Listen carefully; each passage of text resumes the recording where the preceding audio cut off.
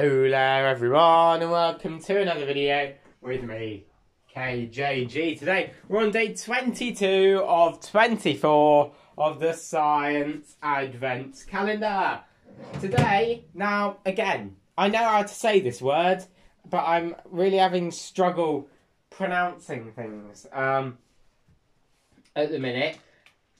Buoyancy. Now, as the video goes on, you'll probably see that my pronunciation of the word deteriorates. But anyway, here we go. So, buoyancy. So, fill a glass up to 3/4 of the way with water and mark it with a pen. Oh, right, okay. Okay. Yes, we can do that.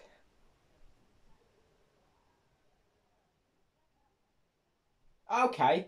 Oh, right, okay, that's interesting. Okay. Yeah, so we need to fill this up 3/4 of the way with water, which might take a while.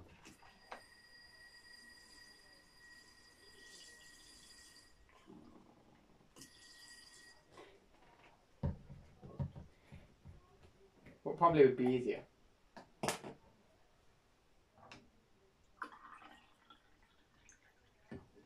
He's doing that. Now, again, I have forgotten my H wand when I'm dealing with water. So, we'll have to use the flanner. We will have to use the flanner. Okay, there it is.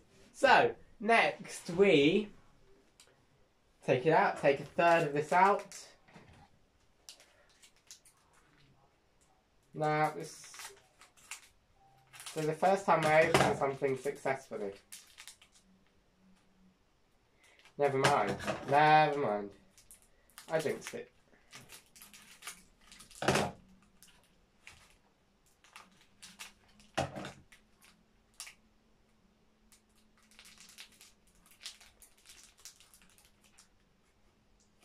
Okay.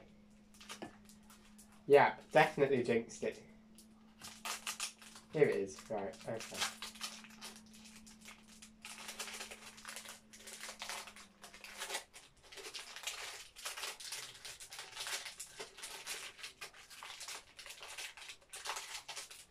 Right, so we take about 1/3 of it. Oh, it's quite satisfying actually. Anyway, so we take about 1/3 and say it is light, and also, yep, you can see it floats on water. Right, now we're testing different materials. So we're going to start with this. We need to encase this in there.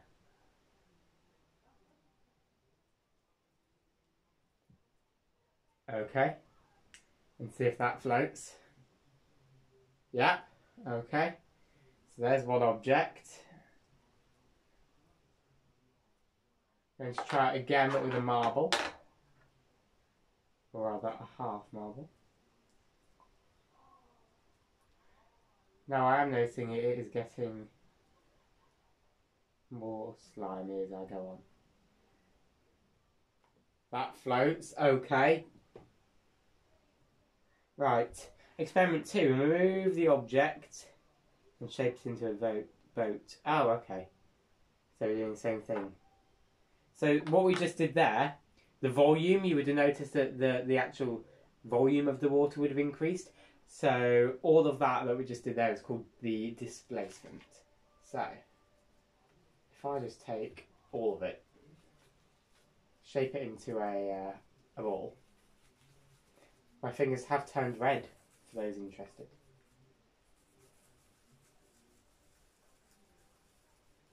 Okay, so there's the ball.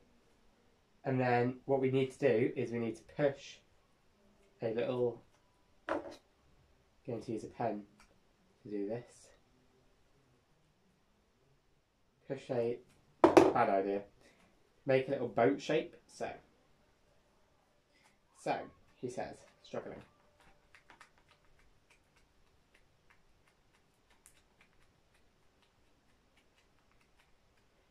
Okay, That should do.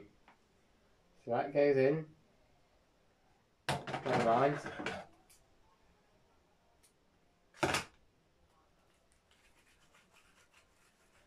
Never mind. Roll it back into a ball. Flatten it. Hole in the middle. Right. So with any luck, this will work. He says. Yeah, right, okay. So we're going to see what can go on it. Start with a small marble. Okay, small marble can. And it won't come out either. There we go, that'll do. A dice. Oh, kind of capsized the thing there. A heavier marble is there. No. Couldn't hold that. Right, so I'll just do the experiment. The experiment has shown that the weight is not the only factor that determines whether a body floats or sinks. The shape is also relevant. This is because in liquids, all bodies are affected by the so-called hydrostatic lift, better known as buoyancy. There you go. The phenomenon is described by... where am I? Sorry. The principle stating that the greater the submerged volume of the body, the higher its buoyancy. That is, at the same time, the volume of the liquid displaced by the body matches the volume of the submerged part. Sinking, floating, rising, and swimming. A body sinks. A body sinks, as in something. Anyway, when the buoyancy of the liquid is smaller than its weight, as e.g. the case with a stone in water. When buoyancy and weight are equal, the body floats and is given a depth like a fish. When the weight is smaller than the buoyancy, the body rises. You can observe this behaviour when you try and push a beach ball underwater. In a swimming body, like a ship or a nutshell, buoyancy and weight are balanced in contrast to floating. A swimming body only submerges partially, while the rest of it remains above the surface. Density also matters. Another decisive factor is the density of the body, i.e. the ratio between its weight and its volume. Think of an iron ball and a balloon at the same time. The iron ball is so heavy that you can't lift it. It has a high density. The balloon, however, contains air. This makes it very light, so that its density is very low. The modelling clay also contains a lot of air. A big ship with lots of cargo can float because it contains tanks full of air, so that its density is lower than that of the water. So we answered a question that I know sort of many of you have actually asked me in the past. How could cargo ships float? And we have just answered that there. But yeah, that is the main principle. I probably should have worn the gloves there, but there you go. If you enjoyed, leave a like, subscribe, share it with a friend. Comment down below your suggestions as well, that subscribe. Thank you all so much for watching. Have a lovely rest of your day, and until next time guys, thanks for watching and I'll see you next time.